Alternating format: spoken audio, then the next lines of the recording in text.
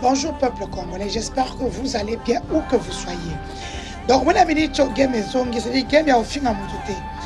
Game il y a comme ça la vérité. Donc bon bah sous monter. Pour toquer l'élection à Bolaxi, ce que moi ton co. Ah, ce que tu toques, on a bien un canaille. Je vous amène au ministère de la Justice. Vous avez vu le jour de la remise et reprise, ça a fait pratiquement plus de 2 heures du temps. Pourquoi? Parce que le ministre Constant Moutamba avait refusé de signer la remise et reprise parce qu'il trouvait qu'il y avait des dossiers très très louches. Donc voilà. Nous commençons par le dossier de l'indemnisation des victimes. L'argent que l'Ouganda nous avait payé, vous le savez, j'étais à Kisangani, vous vous rappelez qu'il y a eu les Rwandais, les Ougandais qui s'étaient battus chez nous et la Cour avait donné raison à la RDC, 300 millions en a. Les victimes se trouvent en face de la commune de Lingwala. Peuple congolais, je suis bel et bien la personne que vous connaissez, l'analyste sécurité-politique, grand leader d'opinion, influenceur, Timothée Lenoir-Efika, l'homme du désarmement. On m'appelle le général de la rue 7 étoiles. Autrement dit, les intimes m'appellent Koimoba Lelombe. Il me soit permis de venir vers vous pour ouvrir cette boîte à Pandore ou bien à Binisaka Gabilo Kakati.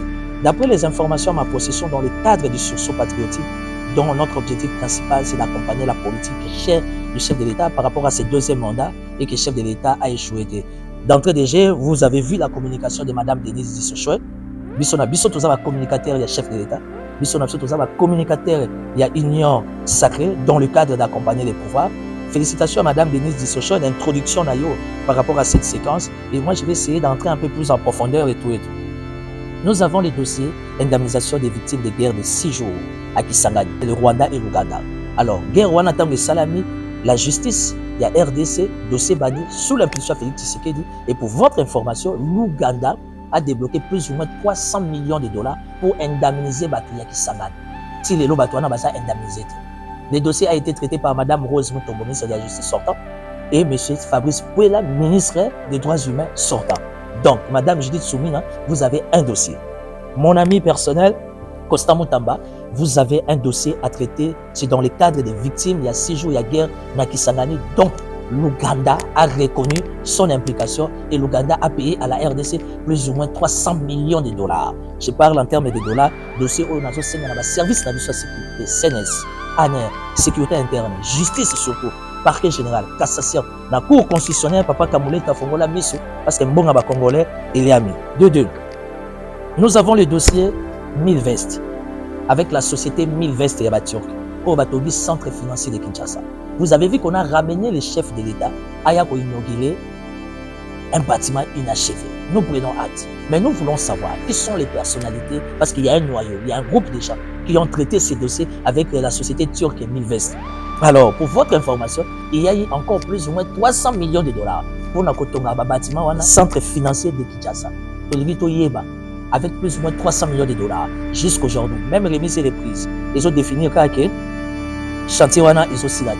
Alors, nous demandons à nos services de sécurité, dans le cadre de la réussite à deuxième mandat et à chef de l'État, et surtout dans le cadre de la sursaut patriotique, le général de la rue met à votre disposition des informations pour la délaborer de près, pour tailler sur mesure l'image de notre pays et de la politique du chef de l'État. 2, 3. Un dossier au niveau de l'aéroport de Djil. Il y a une société, Oyo, soi-disant avec un demi-milliard de dollars, pour réhabiliter l'aéroport international de Djil. Et pour votre information, juste pour un demi-milliard, ils vont gérer notre aéroport international de Djil, notre frontière par excellence, ils vont gérer ça pendant 29 ans. Où allons-nous? Qui sont ces personnes qui ont géré ces contrats pour qu'ils soient partenaires pour réhabiliter l'aéroport de Djil avec 1,1 milliard demi et tout, mais pour qu'ils gérer l'aéroport pendant 29 ans. C'est une information que je mets à la disposition de nos services d'ailleurs qui sont mieux informés. Donc, Bétika sonnette d'alarme pour revoir les locaux dans le cadre de la réussite à deuxième mandat des chefs d'État. Et pour finir, les dossiers Arena Kinshasa. Arena Obo Moni Bazo Tonga. Libanda ya Stade des Martyrs. Bazo Tonga pour que les Turcs basent la gestion pendant 5 ans. Olivier Toyeba, qui a négocié ces contrats, c'est combien ces contrats, à combien plutôt? Qui sont les personnalités politiques qui ont négocié ces contrats. Aujourd'hui, on a un nouveau gouvernement. Demain, après-demain, nous aurons un nouveau cabinet du chef de l'État. Ce ne sont pas des dossiers qu'il faudra mettre à la disposition de l'inspection générale des finances. Non. Et ça va dossier, ils ont pesé lourd pour l'inspection générale des finances.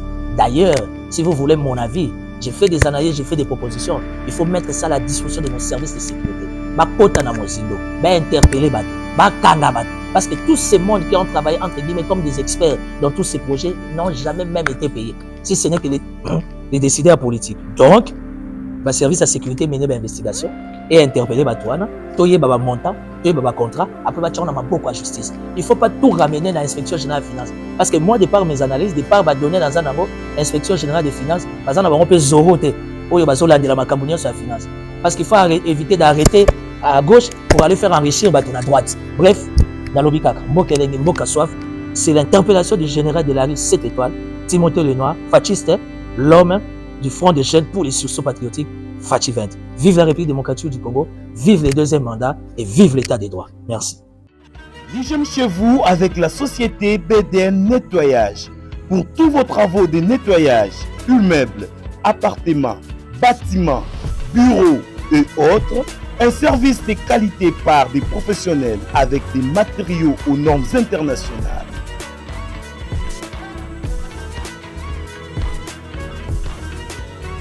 La société BDN Nettoyage offre aussi un service des femmes de ménage expérimentées pour tous vos besoins. Pour tout contact, plus 33 61 38 86 338, plus 243 97 91 99 381.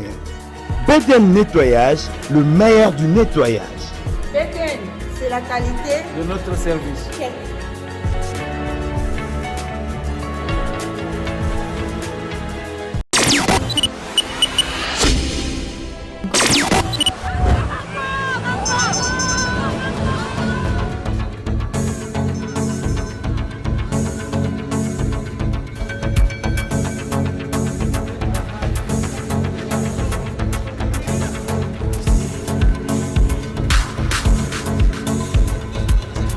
Des produits pérennes, caoutchouc, café, tout ce que vous voulez, coton. Et la sanction était sévère. On te coupe le bras et tu trouves la mort. Et les gens devaient travailler. Ça, c'était un modèle avilissant. En 1908, les Belges n'ont fait que remplacer la machette de Léopoldé par la bastonnade. C'était des cultures imposées avec la chicote à l'appui. Et nous avons vu la création des grandes sociétés achat, Union Minière, Miba, Kilomoto. Toutes ces sociétés-là étaient créées et autour de ces sociétés gravitaient une activité agricole, une activité d'élevage et tout ce que vous voulez. Mais ce qui est important à souligner ici est qu'en 1960, nous avons eu effectivement l'indépendance. Mais cette indépendance était politique. Et l'élite de l'époque, les recteurs connaissent certainement bien les statistiques, il semble que nous avions seulement 25 universitaires, ou à peu près ces chiffres-là, dont 19 philosophes. Je n'ai rien contre les philosophes, puisque le recteur sait très bien que tous les docteurs sont avant tout des docteurs en philosophie. C'est comme ça que chez les anglo-saxons, on vous appelle PhD. Et donc, nous avons oublié de faire la remise et reprise économique avec les Belges.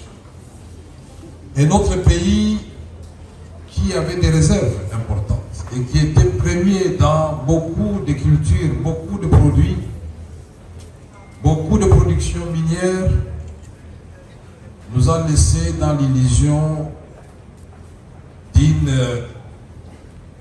embellie qui continue alors que les mâles de l'économie congolaise avaient déjà ses racines dans le modèle léopoldien. Donc en 1960, nous n'avons pas pensé modèle économique congolais. On n'a pas pensé au modèle d'accumulation du capital. Et nous avons continué à consommer. Et comme l'indépendance signifiait qu'il fallait que les gens quittent les villages pour venir voir la lumière dans les grandes villes, vous devez comprendre que les bras qui produisaient dans les campagnes étaient devenus des bouches à nourrir dans les villes. L'exode rural. Et donc la production a commencé à baisser. Et à cela, il faut ajouter l'instabilité au niveau des institutions suivie de nombreuses rébellions, comme si les Congolais s'étaient entendus pour ne jamais s'entendre, puisqu'à chaque fin d'élection, il y a toujours des rébellions. Jusqu'aujourd'hui. Parce qu'à la fin de la dernière élection, nous avons les M23. On peut le démontrer. Et donc, nous devons prendre du courage à un moment donné de dire, ça l'est trop. On ne peut pas continuer à enterrer les Congolais. Dans les Nord Kivu, vous allez enterrer les Congolais, vous trouvez des minéraux. Donc, le monsieur est mort de faim, ou soit d'une balle, mais on l'enterre dans le coltan. Je voudrais noter ici, les Fonds monétaires n'a pas pour mission de développer un pays. Ce n'est pas ça la mission du Fonds monétaire. Encore moins de la Banque mondiale ou de la Banque africaine de développement. Et donc, l'analyse que nous avons faite démontre à suffisance que les programmes d'ajustement du Fonds monétaire peuvent ou ne pas développer la RDC.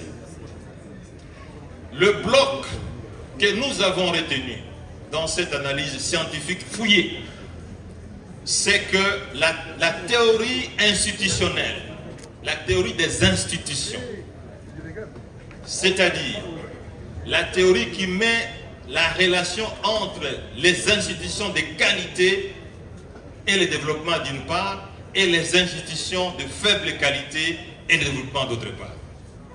C'est une thèse qui a été mieux élaborée, défendue par des grands économistes de renom international comme Douglas North, comme Echimoglu, comme James Robinson. Et cette relation s'explique parce que il va de soi, lorsque vous avez des institutions de qualité, elles produisent le développement. Lorsque vous avez des institutions de faible qualité, comme en RDC, elles produisent le sous-développement. Quelle est la valeur ajoutée, cher professeur Vital? Et j'espère que cette valeur ajoutée sera prise en compte dans les travaux de ces forums que nous souhaitons de bienvenue. Et d'ailleurs, nous vous en félicitons pour l'avoir initié avec l'Université de Kinshasa et la Faculté des sciences économiques. La thèse que nous soutenons, c'est la théorie des leadership, chers amis. C'est une théorie qui fait ses avancées dans le monde scientifique et dans le monde professionnel. Un leadership de qualité produit le développement, un leadership de mauvaise qualité, un leadership médiocre produit le sous-développement.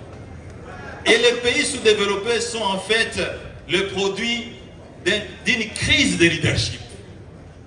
Et notre thèse soutient l'antériorité, je dis bien l'antériorité, de la théorie de leadership par rapport à la théorie institutionnelle. Pourquoi? Parce que les institutions de qualité sont le produit des hommes. Les institutions de mauvaise qualité sont le produit des hommes.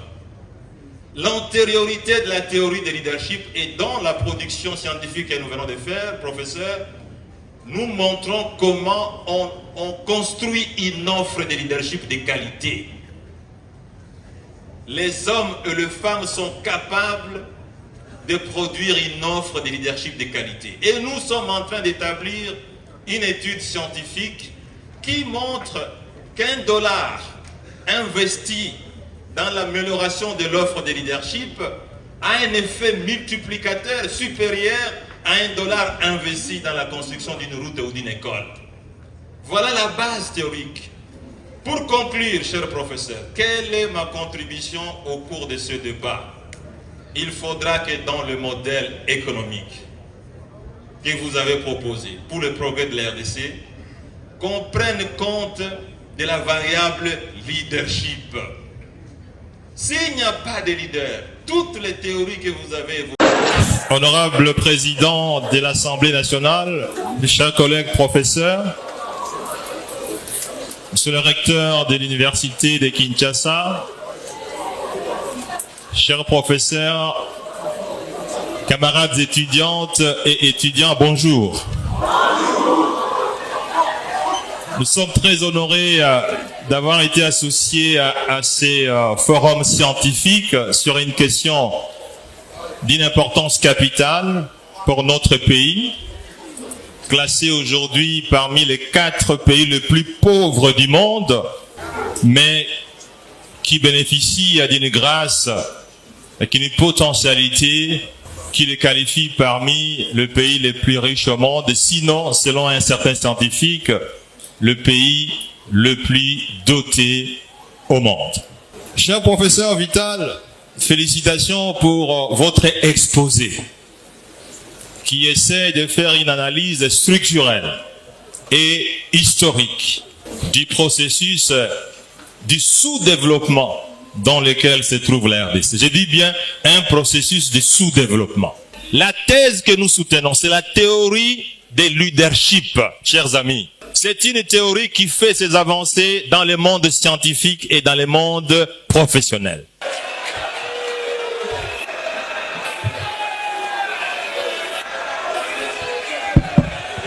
Camarades étudiants, oh!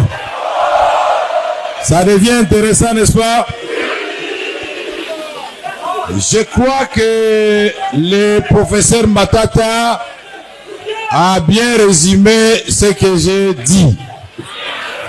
J'ai dit que le Congo, c'est une terre d'espoir. Pourquoi? Parce que doté des ressources naturelles incommensurables. 2.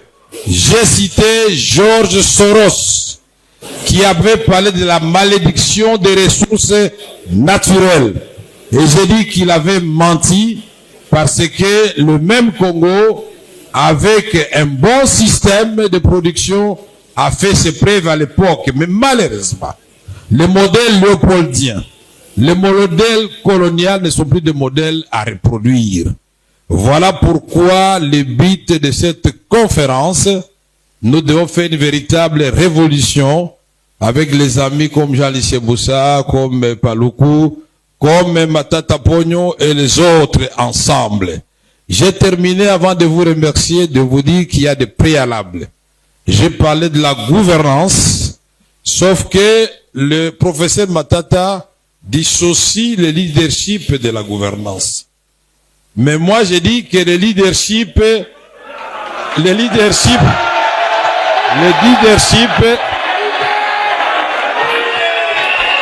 camarades, oh, il ne peut y avoir de bonne gouvernance sans leadership de qualité.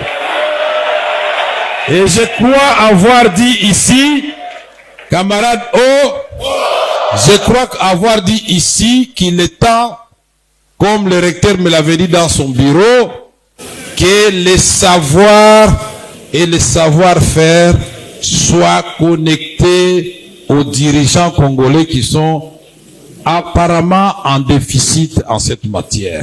Et il n'y a pas de honte en cela. Et il n'y a pas de ministre omniscient. Et la plupart des ministres qui brillent d'ailleurs au gouvernement sont ceux qui recourent aux intelligences ici des universités. Et j'ai terminé, cher Matata, je vous remercie pour les éloges que vous m'avez fait tout à l'heure. J'ai terminé en disant que vous professeurs comme moi, étudiants, notre cher recteur, qui est aussi un grand rhétoricien de qualité, quand je l'ai entendu parler, nous devons faire ce que j'ai appelé l'union sacrée des intelligences congolaises. Et j'ai ajouté ceci, qu'on ne développe pas un peuple. Faut pas attendre que le Fonds monétaire international vienne nous développer, non. C'est nous-mêmes qui devons dire ce que nous voulons. Où est-ce que nous voulons amener le pays? Nous mobilisons d'abord le capital humain, nous le formons, nous le mettons à niveau et nous exploitons nos ressources avec une mobilisation optimale des ressources. Le Fonds monétaire, la Banque mondiale, la BAD et les autres fruits de coopération bilatérale, c'est dans les cas de partenariat. Puisqu'il y a le privé aussi qui intervient, mais avant tout, nous-mêmes devons mettre un système compatible avec le développement en place. Je vous ai dit, le système de la République démocratique du Congo sans modèle de développement de 1960, même si vous appelez Obama ici, il va échouer. Même si vous appelez Jinping, il va échouer. Appelez Macron, il va échouer. Puisque les mêmes causes vont produire les mêmes effets.